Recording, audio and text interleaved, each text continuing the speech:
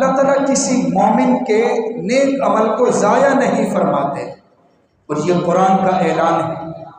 اللہ تعالیٰ فرماتے انی لا اضیع عمل عامل منکم، فرمایا تم میں سے جو بھی نیک عمل کرتا ہے میں اس کے نیک عمل کو ضائع نہیں کرتا۔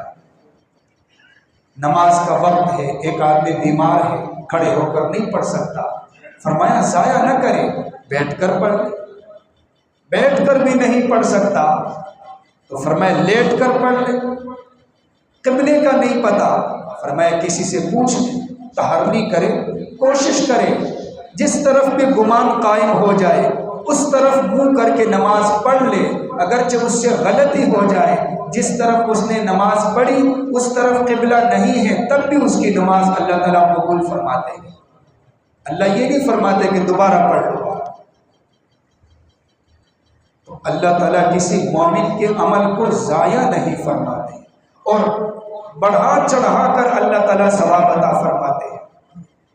جیسے ایک حدیث میں آتا ہے، اللہ کے نبی نے فرمایا من نفس عن مؤمن کربۃ من کرب الدنیا نفس اللہ عنہا یوم القیامہ، نفس اللہ عنہا کربۃ من کرب یوم القیامہ۔ فرمایا ایک آدمی پریشانی کے اندر ڈوبا ہوا ہے، غمگین ہے، پریشان ہے، اور ایک آدمی آ کر اس کی پریشانی کو دور کرتا ہے، اس کے لیے سہارا بنتا ہے، اللہ تعالیٰ اس کے بدلے میں قیامت کے دن حشر کے میدان میں جب تمام انسانیت پریشان ہوگی اللہ تعالیٰ اس کی پریشانی کو دور فرمائیں گے۔ اب آج کسی کی پریشانی کو دور کرنا اور قیامت کے دن اللہ تعالیٰ اس کے بدلے میں پریشانی کو دور فرمائے، یہ کتنا بڑا اجر ہے، انسان سوچ بھی نہیں سکتا۔ فرمایا من یسر علی معسر، جو کسی تنگ دست اور فقیر کے ساتھ آسانی کا معاملہ کرتا ہے، کسی کا قرضہ ہے اس پہ، وہ اس کو ٹائم دے دیتا ہے یا اس کو معاف کر دیتا ہے، فرمایا کل قیامت کے دن حشر کے میدان میں اللہ تعالیٰ اس بندے کو معاف فرمائیں گے، اس کے ساتھ آسانی کا معاملہ فرمائیں گے۔ اب دیکھیں عمل کتنا قلیل سا عمل ہے، تھوڑا سا عمل ہے، لیکن اجر اللہ تعالیٰ بڑھا چڑھا کے دے رہے ہیں۔ فرمایا من ستر مسلما سترہ اللہ یوم القیامہ، جس نے کسی مسلمان کے عیب کو دیکھا اس کے بعد اس مسلمان کو وہ ذلیل کر سکتا تھا، لوگوں کے سامنے عیب بیان کر کے اس کو ذلیل کر سکتا تھا، لیکن صرف اللہ کے خوف کی وجہ سے اس نے اس عیب کے اوپر پردہ ڈال دیا، مسلمان کی عزت کو باقی رکھا۔ فرمایا قیامت کے دن جب اولین اور آخرین ساری انسانیت جمع ہوگی، اللہ تعالیٰ اس کے گناہوں کے اوپر اور اس کے عیوب کے اوپر پردہ ڈالیں گے اور اس کے ساتھ عزت والا معاملہ فرمائیں گے۔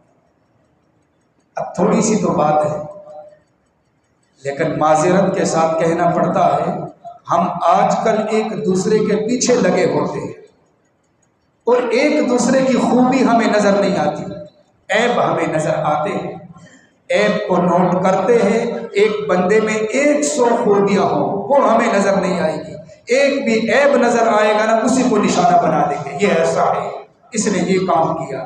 بھئی اس ایک عیب کے نیچے 100 خوبیاں بھی تو موجود ہیں نا، وہ تمہیں کیوں نظر نہیں آتی؟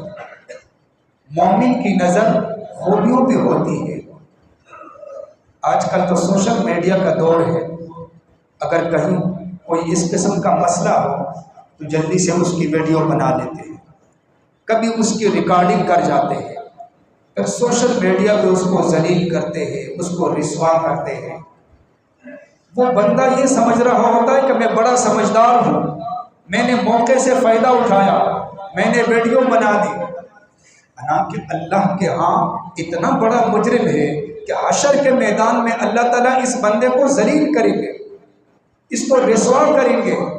اللہ تعالیٰ فرمائیں گے تو میرے بندوں کو ذلیل کرتا رہا، رسوا کرتا رہا، آج میں تجھے ذلیل اور رسوا کروں گا۔ تو میرے دوستوں، اگر کسی کا عیب نظر آئے اس پہ پردہ ڈال دیا جائے، اس نیت کے ساتھ کہ قیامت کے دن اللہ تعالیٰ میرے عیوبات پر بھی پردہ ڈالیں گے۔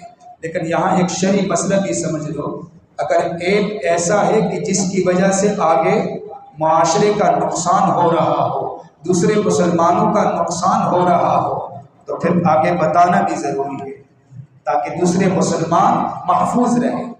لیکن اگر ایپ کسی کی ذات تک محدود ہے، کسی اور کو کوئی نقصان نہیں، تو آپ اس پہ پردہ ڈال دیں، اللہ تعالیٰ آپ کے ساتھ بھی عزت والا معاملہ فرمائیں گے۔ اچھا، عمل بہت کم اور بدلہ بہت زیادہ۔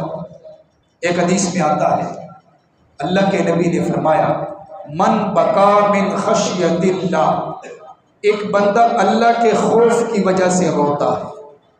اللہ تعالیٰ قادر مطلق ہے، آسمان سے ٹکڑا بھی میرے سر پہ گرا سکتا ہے، زمین میں مجھے دھنسا سکتا ہے، پانی کے اندر مجھے غرق کر سکتا ہے، اس کے باوجود میں نافرمانی کر رہا ہوں، وہ مجھے پکڑ نہیں رہا۔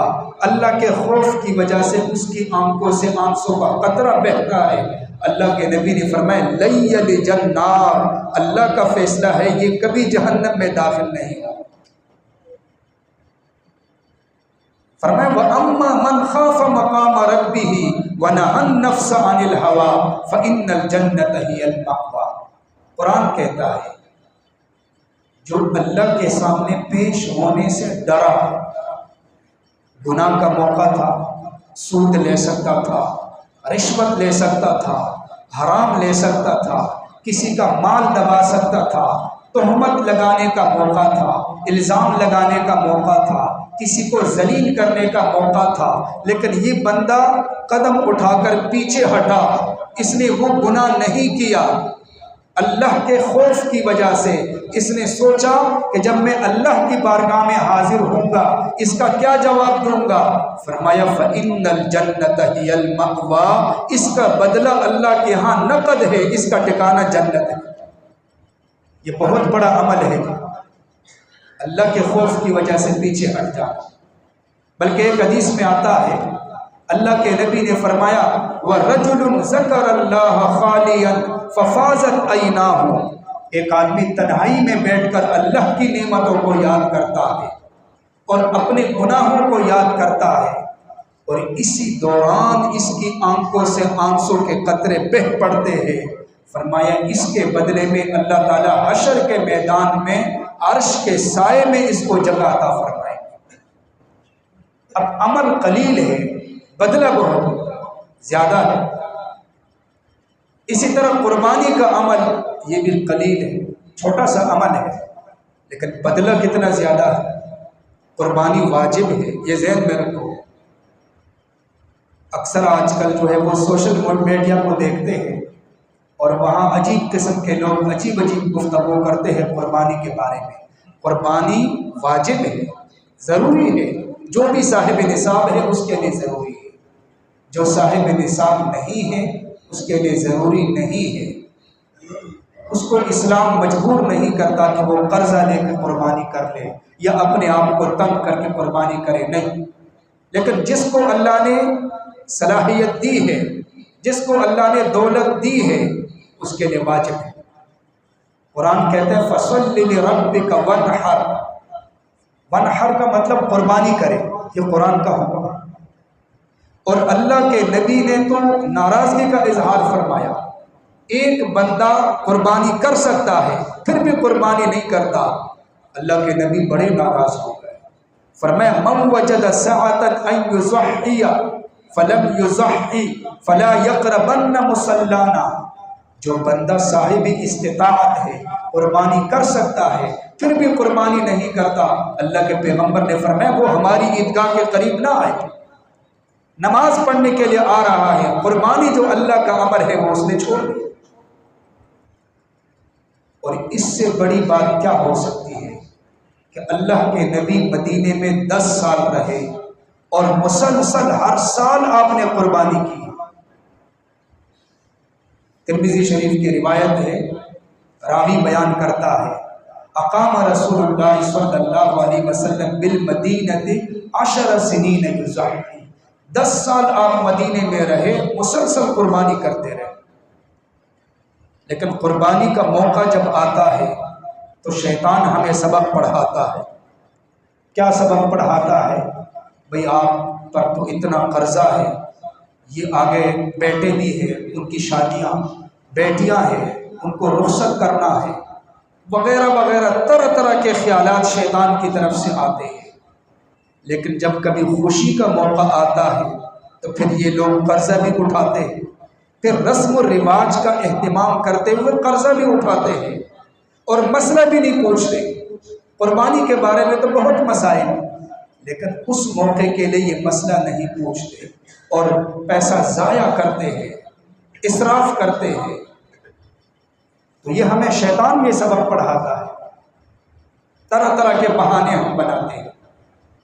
ایک حدیث میں آتا ہے، اللہ کے نبی نے فرمایا، عید الاضحیٰ کے دن ایک مسلمان بندہ جتنے بھی نیک اعمال کرتا ہے، ان تمام نیک اعمال میں اللہ کے ہاں سب سے زیادہ قیمتی عمل قربانی کا عمل ہے۔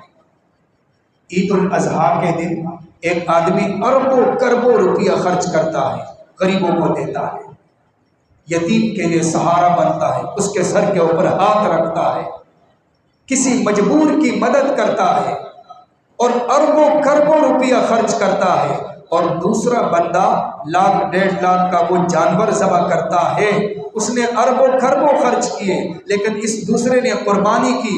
اللہ کے ہاں قربانی کرنے والے کا عمل وہ دوسرے اعمال سے زیادہ محبوب ہے۔ اور ایک حدیث میں آتا ہے، اللہ کے نبی نے فرمایا، وَإِنَّهَا لَيَأْتِي يَوْمَ الْقِيَامَةِ بِقُرُونِهَا وَأَشْعَارِهَا وَأَزْلَافِهَا۔ قیامت کے دن یہی قربانی کا جانور یہ اٹھ کر آئے گا، اپنے سینگوں کے ساتھ، خون کے ساتھ، بالوں کے ساتھ، کھروں کے ساتھ، اور فرمایا وَإِنَّ الدَّمَ لَيَقَعُ مِنَ اللَّهِ بِمَكَانٍ قَبْلَ أَن يَقَعَ بِالْأَرْضِ۔ جب قربانی کرنے والا قربانی کرتا ہے، جانور پر چری پھیرتا ہے اور ذبح کرتا ہے، خون کے قطرے جب زمین پر گرتے ہیں، فرمایا خون کا قطرہ زمین پر بعد میں گرتا ہے، اللہ کے ہاں اس کی قبولیت پہلے ہو جاتی ہے، اللہ کی طرف سے اعلان ہو جاتا ہے کہ میں نے اس کے تمام گناہوں کو معاف کر دیا۔ راوی نے جب اس روایت کو بیان کیا تو فرمایا فَتِیبُوا بِهَا نَفْسًا، لوگوں جب اتنا بڑا عمل ہے اور اتنی زیادہ فضیلت ہے تو خوشی سے قربانی کر لیا کرو، پریشان ہو کر قربانی نہیں، خوشی سے۔ اور ایک اور روایت ہے، صحابہ نے سوال کیا، یا رسول اللہ ما هذه الاضاحی، یہ قربانی کیا ہے؟ آپ نے فرمایا سنت ابیکم ابراہیم علیہ السلام، یہ تمہارے باپ ابراہیم خلیل اللہ کی سنت ہے۔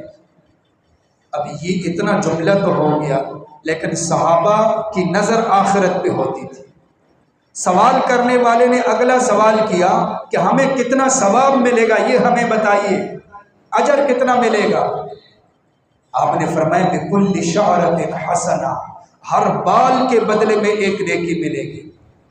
اب ایک صحابی نے سوال کیا، یا رسول اللہ فَالصُّوفُ، اگر اس کے جسم کے اوپر اون ہو، بہت زیادہ بال ہو؟ آپ نے فرمایا بِكُلِّ شَعْرَةٍ مِنَ الصُّوفِ حَسَنَةٍ، اون کے ہر بال کے بدلے میں ایک نیکی ملے گی۔ اب کتنا عظیم عمل ہے، لیکن شیطان اگر ہمیں سبق پڑھائے اور دائیں بائیں ہم پیسے کو پانی کی طرح بہائیں اور اللہ کا حکم ہے قربانی کا، یہاں ہم چشم پوشی کریں، نظر انداز کریں، یہ شیطان کا پڑھایا ہوا سبق، اس کی بڑی فضیلت ہے۔ اور ایک بات، آخری بات، یہ ذہن میں یاد رکھیے، قربانی کی یہ شکل ہے۔ قربانی چونکہ ابراہیم خلیل اللہ کی سنت ہے، تو پیغام یہ ہے کہ مرد مومن قربانی کے لیے تیار رہے۔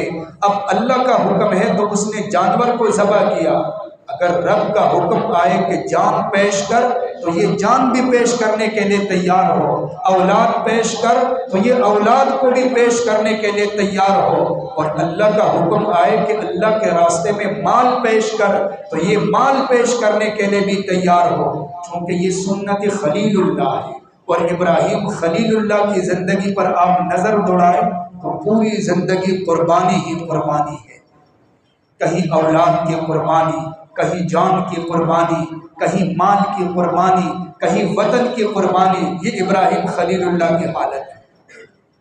تو اس کے ساتھ ساتھ ایک تو ہم قربانی کی نیت کریں کہ قربانی کریں گے، جو بھی صاحب استطاعت ہے وہ یہ نیت کرے کہ قربانی کریں گے اور اس کے لیے کوشش شروع کر دیں۔